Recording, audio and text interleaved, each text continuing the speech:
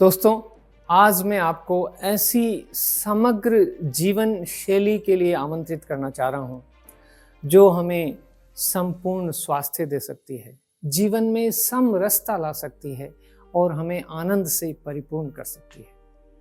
ऐसी एक holistic eco wellness movement के लिए मैं आपको आमंत्रित कर रहा हूँ दोस्तों। इसके जो कंपोनेंट हैं, जो घटक हैं, उनको अगर समझें तो हमारे भौतिक शरीर को सही अवस्था में रखना, स्वस्थ रखना, हमारी मानसिक और भावनात्मक शांति को बनाए रखना और हमारी आध्यात्मिक उन्नति को बनाए रखना, ये इसके सभी आवश्यक अंग हैं। न केवल ये, बल्कि इसके साथ साथ हमारा सामाजिक रिश्ते, हमारे पर्यावरण और प्रकृति के प्रति हमारा दायित्व, हमारी शिक्षा का तरीका और हमारे अर्थ जगत से हमारा जो इंटरेक्शन है, उसको भी संतुलित करते हुए न केवल हमारा व्यक्तिगत जीवन, बल्कि हम हमारे देश, समाज और विश्व के स्तर पर एक ऐसा वातावरण तैयार कर सकते हैं जहां सब कुछ हमें अच्छा, आनंददायी और संतुलित लगे। हमारा जीवन सबका इस पृथ्वी पर एक स्वर्ग बन जाए। आइए जानते हैं इसके क्या क्या घटक हो सकते हैं। सबसे पहला है कि हम हमारे भौतिक स्वास्थ्य को प्राप्त करें। दोस्तों, उसके जो आवश्यक अंग हैं उनका सिर्फ एक परिचय दे रहा हूँ कि हमारा ये शरीर क्रियाशील शरीर है। इसमें सुव्यवस्थित नियोजित रूप से एक्टिविटीज़ होना, कार्यशील होना हमें ज़रूरी है। हमारी अगर पूर्व की जीवन शैली को देखें तो हमारी दिन भर की गतिविधियाँ ऐसी होती थी कि हमारा शरीर पूरी तरह से क्रियाशील होता था। सभी जीव जगत में सारे जीव अपने शरीर को क्रियाशील रखते हैं। सुबह उठते ही चिड़िया अपना दाना लेने जाती है, अपनी सारी एक्टिविटीज़ करती है। उसी तरह से हम भी अपना खेत हाँकते थे, पानी लाते थे, कुछ घर पे कुछ बनाते थे, सारी एक्टिविटीज़ हमारी होती थी। धीरे धीरे इस आरामदेही जीवन ने हमको इन सारी क्रियाशीलता से दूर कर दिया है। हमारे पास अब भी उपाय हैं कि हम सुनियोजित रूप से हमारा व्यायाम की क्रियाओं को करें।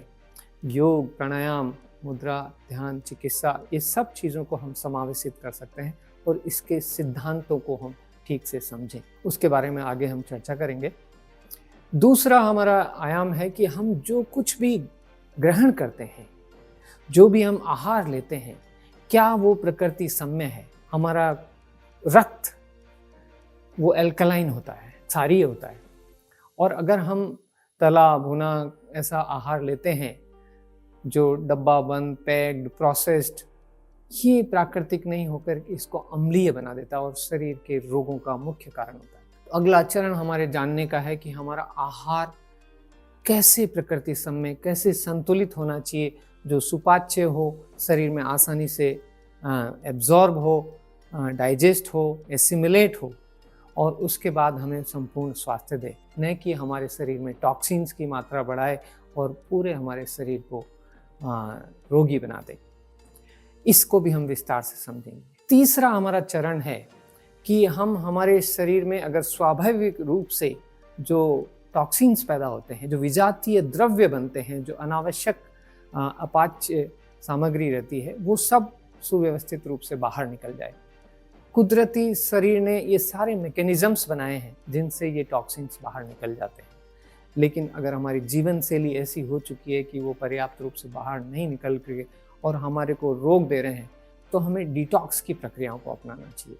उसके लिए बहुत सारी विधियां हैं। सटकर्म है, हमारा स्टूल डिटॉक्स के लिए एनिमा और इस तरह की प्रोसेसेज हैं। पूरा स्किन हमारा एक सरफेस है, सन बाथ से, स्टीम बाथ से हम बहुत तरह से डिटॉक्स कर सकते हैं। फुट बाथ और फुट एक्टिविटीज से कर सकते हैं। इसके लिए बहुत सारे हम गैजेट्स का भी और नेचुरल मटेरियल्स का भी इस्तेमाल कर सकते हैं। ये हमारा तीसरा चरण होगा जिसके बारे में हम और विस्तार से जानेंगे। अगला महत्वपूर्ण विषय आ जाता है कि ये जो शरीर तंत्र है, इसमें हमारा ऊर्जा का बहाव कैसे हो रहा है, एनर्जी मैनेजमेंट कैसे हो रहा है। इस एनर्जी के फ्लो को हम ठीक से बना पाएं तो उससे भी हमको स्वास्थ्य में लाभ मिलेगा और वो भी बहुत ज़रूरी है। ऐसा समझिए कि किसी मकान में अगर इलेक्ट्रिक सर्किट है और वो जहाँ जहाँ उसके जंक्शन पॉइंट्स है वहाँ से कुछ उसको सप्लाई बाधित हो रही है, तो उसके आगे कोई करंट फ्लो नहीं होगा।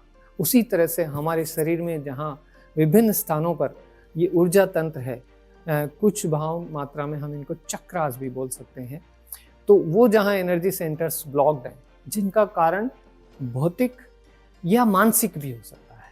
साइकोसोमेसिटी इसमें बहुत इंपॉर्टेंट है, हमारे मन का भी प्रभाव पड़ता है। तो इस एनर्जी मैनेजमेंट को ठीक करने के लिए न केवल हम भौतिक बल्कि मन के स्तर पर भी काम करते हैं, साथ साथ काम करते हैं और एनर्जी मैनेजमेंट के लिए बहुत सारी गैजेट्स का इस्तेमाल करते हैं।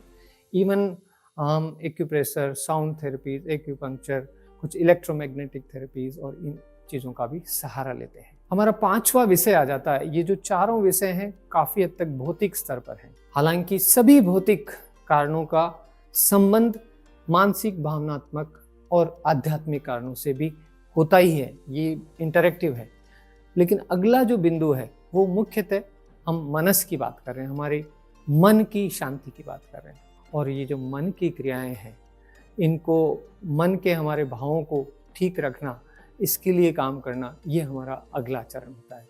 जब हम हमारे थॉट्स को पॉजिटिविटी की तरफ ले जाते हैं, क्रिएटिविटी की तरफ ले जाते हैं, क्रिएटिव क्यूरियस इंसान, एटीट्यूड, ग्रेटिट्यूड का भाव रखने वाला, सेवा का भाव रखने वाला व्यक्ति अपने जीवन को बहुत सुंदर बना सकता है। ये हमारा 5वां चरण होगा जिस पर हम और अच्छे से बात करेंगे। और अगर हम और एक अगले चरण पे जाएं जो काफ़ी विस्तृत है, लेकिन उसका छोटा सा इंट्रोडक्शन दूं, तो हमारे जो जीवन की गति है, जो काम हमने किए हैं, चाहे इसी जीवन में पूर्व में किए हैं या हो सकता है हमने पूर्व जन्म में भी किए हों, और उनका जो संचित प्रभाव है वो अभी भी हमारे जीवन में होता है। और उसको भी समझ करके और हम उसके ऊपर कई करेक्टिव स्टेप्स ले सकते हैं। हिप्नोटिक हीलिंग, रिलैक्सेशन टेक्निक्स, कई सारी विजुअलाइजेशन टेक्निक्स का इसमें उपयोग होता है। यहाँ तक कि हम अपने पूर्व जन्मों में जा कर के उसको देख करके और वहाँ पर हमारे से द्वारा जो भी ऐसी गलतियाँ हुई उनको करेक्ट कर सकते हैं और उसका सुपरिणाम हमको इस जीवन में मिल सकता है। इसके अतिरिक्त ये जो कार्मिक अकाउंट को बैलेंस करना है, इसके अतिरिक्त एक और महत्वपूर्ण बात है जो कि हमारे जीवन का जो लक्ष्य है, हम अपने लाइफ के पर्पस को पहचाने और उसकी ओर हम अगर काम करते हैं तो हमारा जीवन संतुलित रहता है। और यदि हम लाइफ पर्पस को पहचाने बिना अपने जीवन को गुजारते रहते हैं तो वो जो भाव हमारे मन में रहता है, जो असंतुष्टि रहता है, वो भी कई बार रोगों का हमारा कारण हो जाता है। तो ऐसा कहूँगा कि ये जो न केवल 5 तत्वों को संतुलित करना है हमारे को, पृथ्वी, जल, वायु, अग्नि और आकाश, ये हमारे जीवन शैली में संतुलित होने चाहिए। हमारा ऊर्जा तंत्र यानी 7 चक्र हमारे संतुलित होने चाहिए। उसके बाद अगर हम ठीक से समझे तो हमारे 5 कोश, 7 कोषों में से 5 कोष मुख्य हैं। हमारा अन्नमय कोष, प्राणमय कोष, ज्ञानमय कोष और फिर विज्ञानमय कोष और आनंदमय कोष। तो इन कोषों को समझ करके सारा काम अगर हम ठीक से करते हैं तो हम जीवन में संतुलन, स्वास्थ्य और आनंद को प्राप्त कर सकते हैं। दोस्तों, ये सभी विषय बहुत संक्षेप में आज परिचय जो दिया है, इसके ऊपर हम एक पूरी सीरीज लेकर आने वाले हैं और एक एक विषय को विस्तार से अलग अलग हम सत्रों में आपके सामने पेश करेंगे। आशा रखता हूँ कि आप इस अप्रोच को समझ करके अपने जीवन को स्वस्थ, समरसतापूर्ण और आनंदमय बनाने के लिए तत्पर होंगे। इस हॉलिस्टिक इको वेलनेस मूवमेंट में आप सबका स्वागत रहेगा। आने वाली सीरीज में हम मिलते रहेंगे। जय हिंद, जय भारत।